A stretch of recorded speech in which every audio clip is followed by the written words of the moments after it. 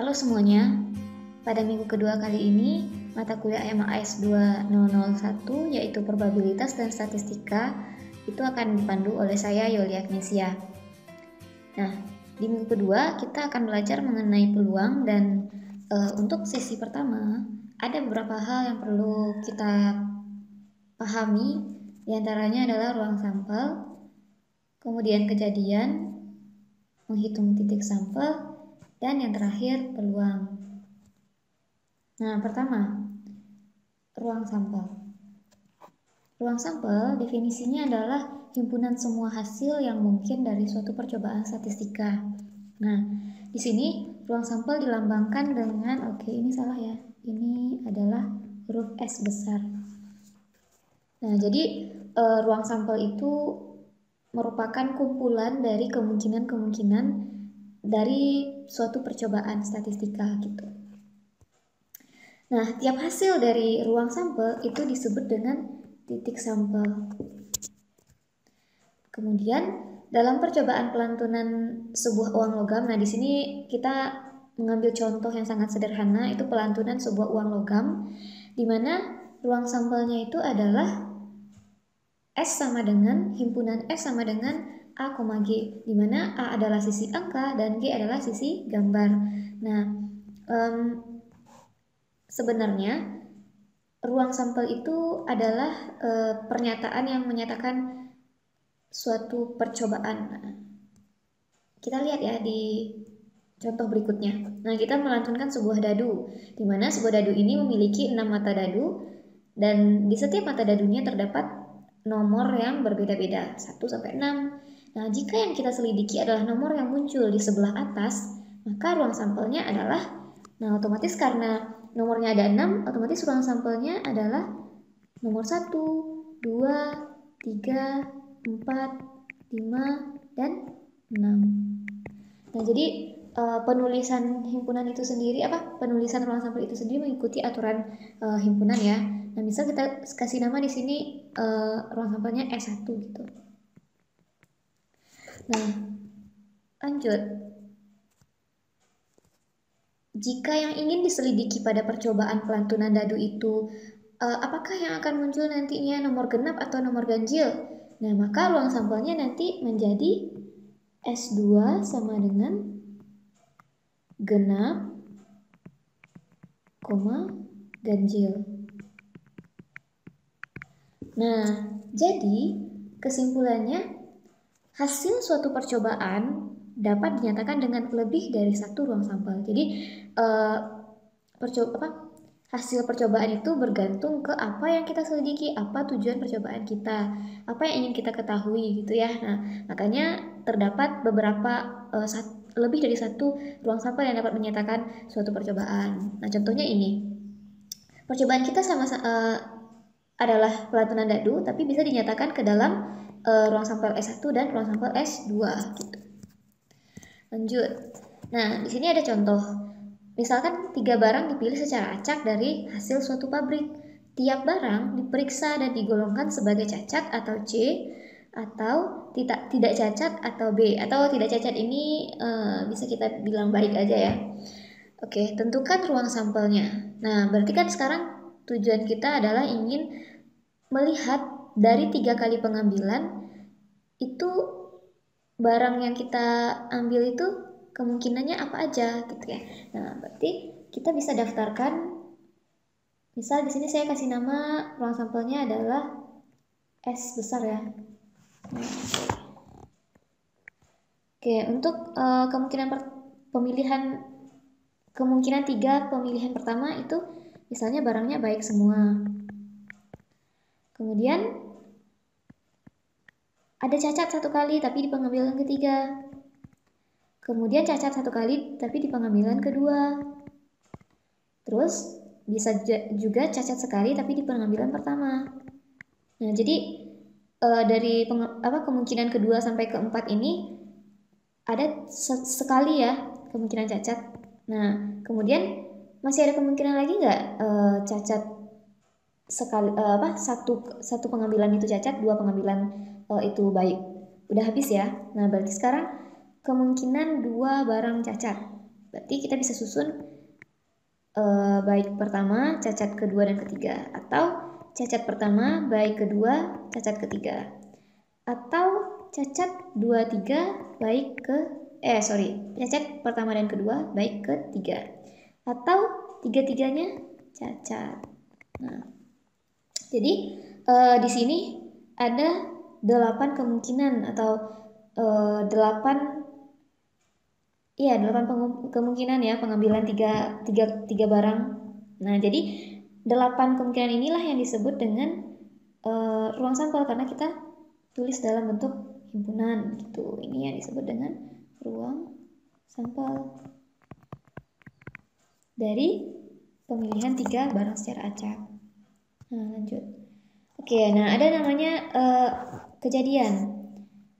Nah, kejadian itu definisinya adalah himpunan bagian dari ruang sampel. Jadi, tadi kan kita sudah mendaftarkan misalnya ruang sampel itu berupa sebuah himpunan. Nah, yang himpunan bagian itu bisa saja semua anggota ruang sampel ataupun hanya sebagian ataupun cuma satu.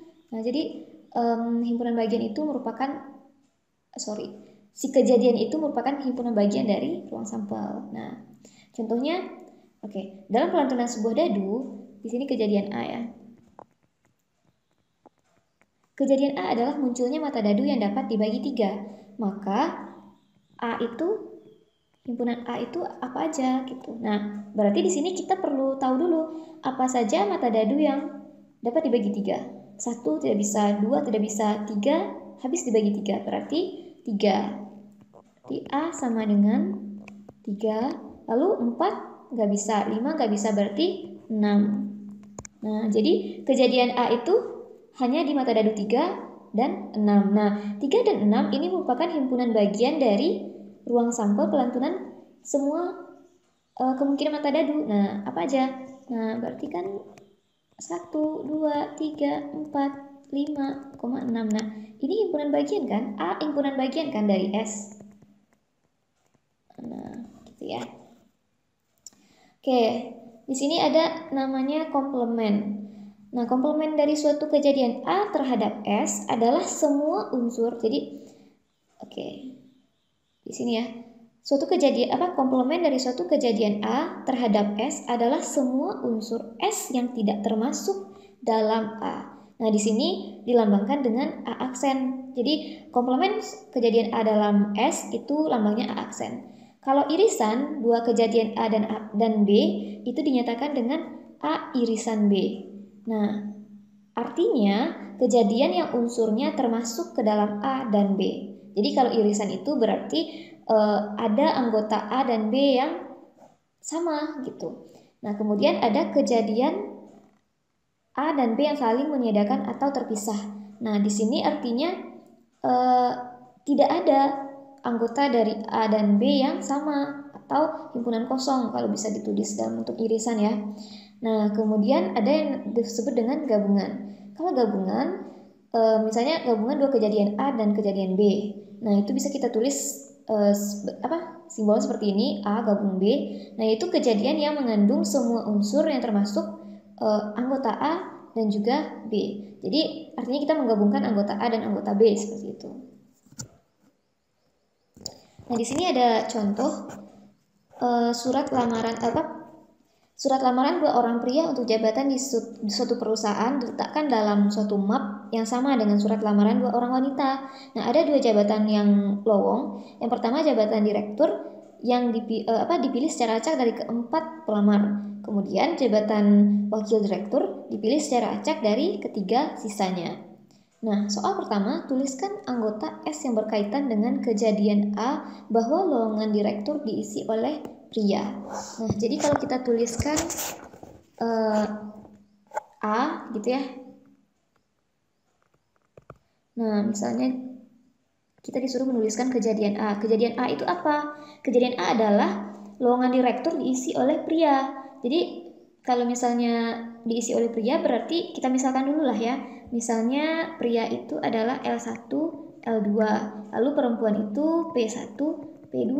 Jadi kan tadi ada 4 orang ya, 2 pria, 2 wanita. Nah, kemudian katanya lowongan direktur diisi oleh pria. Artinya yang pertama kita tulis itu selalu L1 atau L2 kan. Nah, misalnya L1 dulu nih yang jadi direktur. Berarti pilihan untuk jadi wakil rekturnya bebas kan? Berarti bisa L2, bisa P1, bisa P2 gitu. Nah, kemudian karena laki-laki bisa juga si direkturnya itu L2. Nah, yang jadi wakil direktur siapa? Ya bisa L1 atau P1 atau P2. Ada lagi kemungkinannya? Tidak ada ya. Jadi kejadian A cuman ada 6 kemungkinan. Kemudian yang B, tuliskan anggota S yang berkaitan dengan B bahwa tepat satu dari lowongan diisi oleh pria. Nah, kalau cuma satu lowongan yang diisi oleh pelamar pria, nah berarti gimana? Bisa kita tulis B-nya itu adalah, nah karena cuma satu pria, otomatis sekarang misal kita ambil L1 yang jadi yang pria, yang mewakili pria. Berarti bisa P1 pasangannya atau L1 itu P2. Nah, atau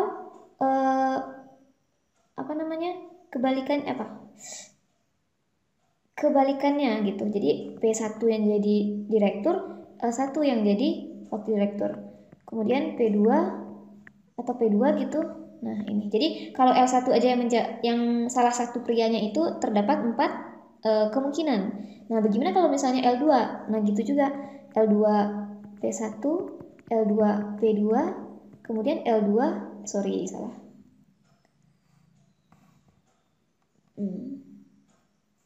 Bisa aja kemudian P1 L2 P2 L2. Nah, jadi di sini tidak boleh ya L2 L1 itu tidak diperbolehkan karena minimal atau tepat bukan minimal ya, hanya satu orang pria yang boleh mengisi jabatan. Oke, berarti sekarang ada 8 kemungkinan. Selanjutnya yang C, tuliskan anggota S yang berkaitan dengan A irisan B. Nah, berarti kalau A irisan B-nya bagaimana? Berarti kita tuliskan semua anggota yang ada di A dan ada di B. Nah, di sini berarti kita coret atau L1, L2 yang jadi gini. Berarti ini tidak ada ya. Berarti yang ada itu L1, L. Nah, ini. Kemudian ini. Lalu ini. Lalu L2 ini. Nah, itu aja ya. Sebentar. Nah, jadi bisa ditulis A irisan B itu adalah L1 P1, L1 P2, L2 P1, L2 P2. Nah, kemudian buatlah diagram Venn yang memperlihatkan hubungan antara kejadian A, B. Nah, berarti kalau misalnya kita tulis diagram Venn-nya, diagram Venn itu ruang sampelnya ditulis di atas. Nah, karena irisannya ada gitu, berarti nanti kalau kita tulis ini himpunan A, nanti ada himpunan B-nya terdapat irisan kan. Nah, ini A, ini B. Nah, yang di tengah inilah yang disebut dengan A iris B gitu. Oke, kita lanjutkan ya. Menghitung titik sampel. Oke.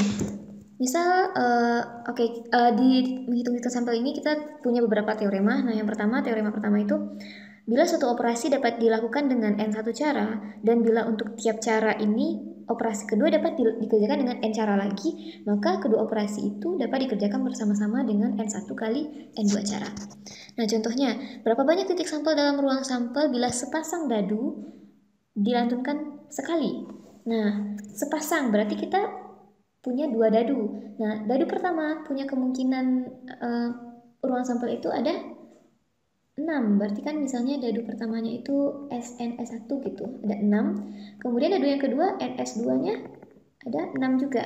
Nah, berarti banyak titik sampelnya itu adalah NS1 dikali NS2, yaitu 6 kali 6, 36 cara gitu ya. Oke, kita lanjutkan teorema kedua. Bila suatu operasi dapat bila suatu operasi dapat dikerjakan dengan n1 cara, dan bila untuk setiap cara ini operasi kedua dapat dikerjakan dengan n2 cara, dan bila untuk setiap kedua cara operasi tersebut operasi ketiga dapat dikerjakan dengan n3 cara, dan seterusnya, maka deretan k operasi dapat dikerjakan dengan n1 kali n2 kali sampai nk cara gitu ya. Nah, jadi sama kayak tadi, cuman ini sampai k cara. Contoh, berapa macam hidangan yang dapat disajikan bila masing-masing hidangan dapat terdiri atas sop, nasi goreng, bakmi, dan soto. Nah, jadi di sini ada 4 soto, kemudian 3 nasi goreng, 5 bakmi, dan 4 soto. Nah, berarti kalau kita mau menghidangkan makanan dengan 4 menu atau 4 menu hidangan gitu ya, berarti ada berapa banyak macam hidangan yang bisa kita hidangkan. Nah, berarti sama kayak teorema tadi, berarti kita tulis banyak macam hidangan.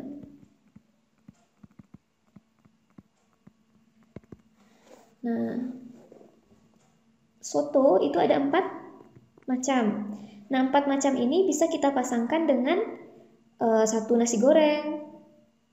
Karena nasi gorengnya ada 3, berarti kita kali 3. Kemudian yang 12 cara ini bisa kita pasangkan dengan 5 bakmi, makanya kita kali 5. Begitu seterusnya, karena soto ada 4, kita kali 4. Nah, sampai pada akhirnya ini kan 4 kali 3 12, 5 kali 4 20, jadinya ada 240 cara atau macam hidangan gitu ya. Oke, lanjut. Nah, di sini ada definisi suatu istilah ya, itu istilahnya permutasi. Nah, permutasi itu adalah suatu susunan yang dapat dibentuk dari satu kumpulan benda yang diambil sebagian atau seluruhnya. Jadi di sini yang perlu kita ingat adalah permutasi itu susunan yang memperhatikan urutan. Nah, misalnya permutasi yang dapat dibuat dari angka 1, 2, dan 3. Nah, tadi kan dia susunan yang memperhatikan urutan gitu ya. Berarti kalau kita mau menyusun angka 1, 2, 3 itu menjadi beberapa susunan, susunannya apa aja? Berarti susunan pertama bisa 1, 2, 3. Kemudian karena dia memperhatikan urutan, berarti 1, 2, 3 itu akan berbeda dengan 1, 3, 2. Dan akan berbeda juga dengan 2, 1, 3. Atau 2, 3, 1. Atau 3, 1, 2. Atau 3, 2, 1. Masih ada lagi yang lain? Sudah tidak ada ya. Nah, berarti susunannya ada 6 susunan ya yang berbeda. Nah, inilah yang disebut dengan permutasi. Nah, ada teoremanya. Banyaknya permutasi n benda yang berlainan itu adalah n faktorial. Nah, misalnya, berapa banyak permutasi 4 huruf berbeda? Nah, ini kan beda-beda nih. Berarti permutasinya karena ada 4 yang berbeda, berarti 4 faktorial. 4 kali 3 kali 2 kali 1, yaitu 24. Oke, kita lanjutkan. Nah, ada teorema 4. Banyaknya permutasi n benda berlainan bila diambil R sekaligus adalah P R dari N gitu ya.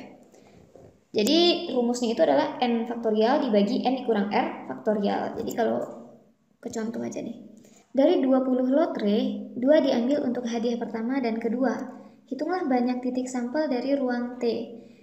Nah, kenapa ini termasuk permutasi? Karena kalau misalnya kita mengambil pengambilan pertama itu untuk hadiah 1, pengambilan kedua untuk hadiah yang kedua. Nah, misal kita mengambil lotre A dan B misalnya. Nah, kalau misalnya pengambilan pertama A dan pengambilan kedua B itu akan berbeda. Maksudnya kalau misalnya pengambilan pertama B, pengambilan kedua A, karena itu diuntukkan hadiah pertama dan kedua gitu ya. Jadi susunan di sini diperhatikan. Nah, berarti dia pakai rumus permutasi sehingga ini di sini n-nya adalah 20. Nah, yang kita ambil R sekaligus itu adalah 2. Jadi R-nya adalah 2. Jadi kalau kita mau tulis P 20 Nah, 2 dari 20 gitu ya. 20 faktorial dibagi 20 dikurang 2 faktorial. Nah, di sini 20 kali 19 kali 18 faktorial dibagi 18 faktorial. Nah, ini bisa kita bagi. Lalu ini sisanya adalah perkalian ini 380. Oke. Nah, di sini ada permutasi yang dibuat menyusun benda secara melingkar atau disebut dengan permutasi melingkar. Nah, contohnya, bukan contohnya, jadi pemikirannya seperti ini. Bila 4 orang duduk melingkar, maka permutasinya tidak berbeda bila tiap orang menggeser tempat duduknya sekali menurut arah jarum jam. Jadi misalnya seperti ini nih. Misal kita punya meja lah ya. Nah, di sini ada A, B, C, sama D. Nah, di sini kan A di samping B, B di samping C, C di samping D, dan D juga akhirnya di samping A gitu ya. Nah, kalau misalnya satu orang menggeser tempat duduknya, nah A itu yang awalnya di sini pindah ke sini, berarti A-nya di sini. Nah, terus ya udah yang lain geser C, D. Nah, tapi posisinya tetap sama kan? Artinya si A tetap di samping B dan D, dan si B tetap di samping A dan C. Nah, begitu seterusnya. Nah, apalagi nanti kalau kita terus geser satu lagi gitu. Jadi susunan untuk duduk melingkar, kalau dia geser satu gitu tempat duduknya, itu susunannya tetap sama. Nah, beda kasusnya kalau misalnya orangnya duduknya sejajar, misalnya A di sini, B di sini, C di sini, D di sini. Nah, misalnya geser satu. Oke, A geser ke sini, B di sini, C di sini, otomatis D di sini kan? Nah, coba lihat sekarang, B masih di antara A dan C. Tapi sekarang si A itu kan di sampingnya itu B. Kalau di sekarang sampingnya dia itu di antara D dan B. Jadi sekarang sudah berbeda susunannya. Makanya ada yang dinamakan dengan permutasi melingkar gitu. Nah, inilah contohnya. Gimana cara mencari banyak permutasi melingkar? Nah, caranya seperti ini. Teorema yang kelima ya, banyaknya permutasi n benda berlainan yang disusun melingkar adalah n kurang 1 faktorial. Oke, contohnya itu contohnya itu misalnya kalau yang ini 4 orang duduk melingkar, berarti berapa banyak caranya? Berarti 4 faktorial, yaitu 4 kali 3 kali 2 kali 1, 24. Nah, gitu ya. Teorema selanjutnya, banyaknya permutasi yang berlainan dari n benda bila n1 diantaranya berjenis pertama, kemudian n2 berjenis kedua, dan sampai ke nk itu berjenis ke k gitu. Nah, jadi permutasi yang seperti ini dapat kita cari dengan rumus n faktorial dibagi n1 faktorial dikali n2 faktorial dan sampai dikali dengan nk faktorial. Contohnya gini. Kita punya 9 lampu yang dirangkai secara seri. Nah, ada berapa cara untuk menyusun 9 lampu itu? Kalau misalnya 3 diantaranya itu warnanya sama-sama merah, 4 diantaranya itu sama-sama kuning, dan 2-nya itu adalah biru. Nah, berarti kan nanti yang si merah itu nggak pengaruh ya, mau merah satu di samping. Jadi kalau dia disusun, misalnya di sini nih merah, ini M2, ini M3. Dia kan sama-sama lampu merah. Jadi mau di sini itu lampu yang merah kedua, merah pertama, merah ketiga, ini susunannya sama gitu. Jadinya makanya ini tidak terhitung susunan yang berbeda. Nah, makanya kita perlu rumus nih untuk mengetahui. Nah, rumusnya itu ini, gitu ya. Nah, jadi di sini n-nya adalah 9. Berarti kita tulis 9 faktorial dibagi dengan, nah, jenis pertama itu ada berapa? Jenis pertama kan merah, lampu merah, jadi ada 3. Jenis kedua 4, jenis ketiga ada 2. Jadi nanti kalau mau dicari berarti ini 9 kali 8 kali 7 kali 6 kali 5 kali 4 faktorial. Nah, ini 3 faktorial kali 4 faktorial kali 2 faktorial. Nah, ini bisa dicoret. Nah, ini 3 faktorial itu 6 bisa dicoret. Nah, 2 faktorial itu 2 bisa dibagi ke 8 jadinya 4, sehingga nanti di sini terdapat 34, 9 kali 4 36, 7 kali 5 itu adalah 35. Jadi berapa? Nanti kita cari aja lah ya. Oke, lanjut ya. Banyaknya cara menyekat suatu himpunan N benda dalam R sekat, masing-masing berisi N1 unsur dalam sel pertama, kemudian N2 unsur dalam sel kedua, dan seterusnya. Nah, di sini berarti ini kasusnya itu kalau misalnya si N benda itu terdapat R sekat gitu ya. Nah, rumusnya sama dengan yang sebelumnya, cuman bedanya itu syaratnya N1 ditambah N2 tambah sampai NR itu harus sama nanti jumlahnya dengan N gitu. Contoh, berapa banyak cara untuk menampung 7 kucing dalam 3 ruang? Nah, kalau ruang pertama itu terdapat 3 kandang, kemudian ruang kedua dan ruang ketiga itu punya 2 kandang. Nah, kita lihat dulu syaratnya. Dia terbagi ke 3 sekat. Nah, sekarang kita hitung sekat pertama ada 3. Nah, sekat kedua itu ada 2. Sekat ketiga juga ada 2. Berapa jumlahnya semuanya? 7. Sama kan dengan banyak benda atau banyak kucingnya. Nah, berarti boleh kita gunakan si rumus yang ini. Oke, berarti banyak caranya adalah 7 faktorial dibagi dengan 3 faktorial dikali 2 faktorial dikali 2 faktorial. Jadinya 7, 6, 5, 4, 3 faktorial dibagi 3 faktorial, 2 faktorial, 2 faktorial. Ini bisa dicoret, ini bisa dicoret. Nah, sampai ini jadinya berapa nih? 37 dikali 30, berarti 210 cara. Oke, lanjut. Nah, ada yang namanya kombinasi. Kalau permutasi tadi susunannya itu memperhatikan urutan, nah kalau kombinasi susunannya tidak memperhatikan urutan. Nah, ada teoremanya, banyaknya kombinasi dari N benda yang berlainan bila diambil sebanyak R sekaligus. Nah, rumusnya adalah N faktorial dibagi R faktorial kali N kurang R faktorial. Nah, contoh. Bila ada 4 kimiawan dan 3 fisikawan, carilah banyaknya panitia 3 orang yang dapat dibuat yang beranggotakan 2 kimiawan dan 1 fisikawan. Jadi kita mau bikin 3 panitia nih ceritanya.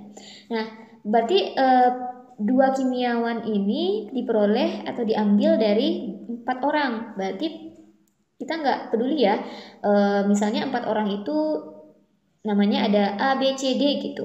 Tapi kan yang dia mau itu yang jadi panitia 2 orang, terserah lah siapa aja. Jadi mau yang terpilih itu A dengan B, B dengan C, C dengan D, itu sama aja gitu ya. Jadi kita bisa pakai kombinasi di sini. Jadi caranya 2 dipilih dari 4 sama dengan 4 faktorial per 4 dikurang 2 faktorial dikali 2 faktorial. 4 faktorial per 2 faktorial kali 2 faktorial. 4, 3, 2 faktorial per 2 faktorial, 2 faktorial. Nah, ini bisa dibagi, ini 2, jadi 6 cara. Nah, kemudian memilih 1 fisikawan dari 3 fisikawan. Nah, ini juga pakai kombinasi. Berarti di sini ada, kita milih 1 dari 3. 3 faktorial dibagi 3 dikurang 1 faktorial dikali 1 faktorial, yaitu 3 faktorial dibagi 2 faktorial kali 1 faktorial. Nah, di sini berarti 3 kali 2 faktorial per 2 faktorial kali 1. Ini bisa dibagi jadi sisanya 3. Nah, jadi banyak caranya adalah, nah berdasarkan teorema yang sebelumnya berarti untuk kimiawan itu ada 6 cara, untuk fisikawan ada 3 cara. Berarti cara untuk memilih panitianya ada 6 dikali 3 atau N1 dikali N2 gitu ya. Jadi 18 cara. Oke, terakhir peluang suatu kejadian. Nah, peluang suatu kejadian A adalah jumlah bobot semua titik sampel yang termasuk di A. Nah, nilai peluang ini berada di antara 0 dan 1. Jadi tidak boleh lebih dari 1 dan tidak boleh kurang dari 0. Jadi tidak ada nilai peluang itu negatif gitu ya. Dan peluang himpunan kosong itu adalah 0. Peluang dari ruang sampel itu adalah 1 gitu. Nah, ada sebuah teorema bila suatu percobaan dapat menghasilkan N macam hasil yang berkemungkinan sama, Dan bila tepat sebanyak N dari hasil berkaitan dengan kejadian A, maka peluang kejadian A itu adalah, di sini tidak. Nah, saya tuliskan lagi aja ya. Peluang dari A itu adalah N dari A dibagi dengan N dari S. N A-nya itu adalah N kecil dan NS atau hasil kemungkinan, semua kemungkinan yang samanya itu adalah N besar. Nah, jadi ini salah. Oke, jadi PA atau peluang A-nya itu adalah N per A. N kecil per N besar. Contoh, sebuah mata uang dilantunkan 2 kali. Peluang kejadian paling sedikit muncul muka sekali adalah gitu.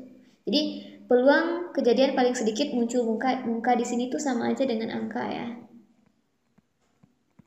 Nah, jadi kalau sebelumnya kan tadi kita bicaranya angka atau gambar. Nah, sekarang saya ganti aja ini angka gitu. Angka atau gambar aja. Nah, jadi kita tuliskan dulu apa saja NS-nya. Nah, jadi NS-nya itu kemungkinan kalau kita melantunkan 2 mata uang berarti bisa aja yang keluar itu adalah angka-angka, angka gambar, atau gambar angka, atau gambar-gambar. Nah, sekarang dia mau tahu peluang kejadian paling sedikit muncul angka sekali. Nah, berarti dia pengen paling sedikit angka itu sekali muncul. Berarti kalau angka sekali AG, kemudian QA. Tapi kan paling sedikit, berarti boleh kedua-duanya angka, boleh. Nah, jadi kalau dia menanyakan peluang, berarti kita bisa cari PA sama dengan NA dibagi NS. Nah, banyak kejadiannya berapa? 3. Nah, semua kemungkinannya ada 4. Jadi peluangnya adalah 3 per 4. Gitu ya.